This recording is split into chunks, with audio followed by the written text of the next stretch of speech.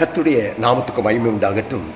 இந்த காலை வேளையிலே ஆண்டவர் நமக்கு கொடுக்கிற வார்த்தையாவது யோபின் புஸ்தகம் 5ஆம் அதிகாரம் 24ஆம் வசனம் சொல்கிறது, உம்முடைய கூடாரம் சமாதானத்தோடு இருக்க காண்பீர். நம்முடைய கூடாரத்தை கர்த்தர் ஆசீர்வதிக்கிறவர். உன்னுடைய அலங்கத்தை சமாதானத்தோடு வைக்கிற தேவன். உன் அலங்கத்துக்குள் சமாதானம் உண்டாவதாக, உன் அலங்கத்துக்குள் ஆசீர்வாதம் உண்டாவதாக, உன் வீட்டில் இருக்கிற அத்தனை நபர்களும் ஆசீர்வதிக்கப்படுவதாக என்று ஆசீர்வதிக்கிற தேவன். இந்த வேளையிலே ஆண்டவர் சொல்கிறான், உம்முடைய கூடாரங்களிலே கூடாரம் சமாதானத்தோடு காணுங்களேன், சமாதானத்தோடு இருக்க காண்பீர்கள்.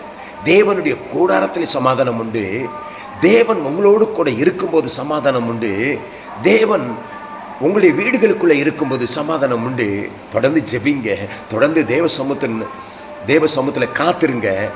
சமாதானத்தின் தேவன் உங்களுக்கு சமாதானத்தை கொடுக்க அவர் போதுமானவராய் இருக்கிறார்.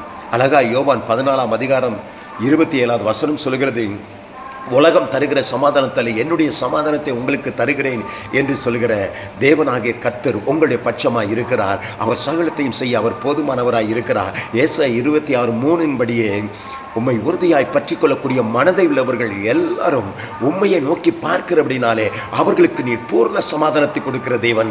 அவங்களோட வாழ்க்கையிலே தேவனையே நோக்கி பாருங்க, பூர்ண சமாதானம் வரும், ஆசீர்வாதம் வரும், நன்மை கிருபை உங்களை வாழ்க்கையிலே தொடர கர்த்தர் கிருபை செய்வாராக. God bless you. கர்த்தர் உங்களோடு கூட இருந்து பெரிய காரியங்களை செய்வார்.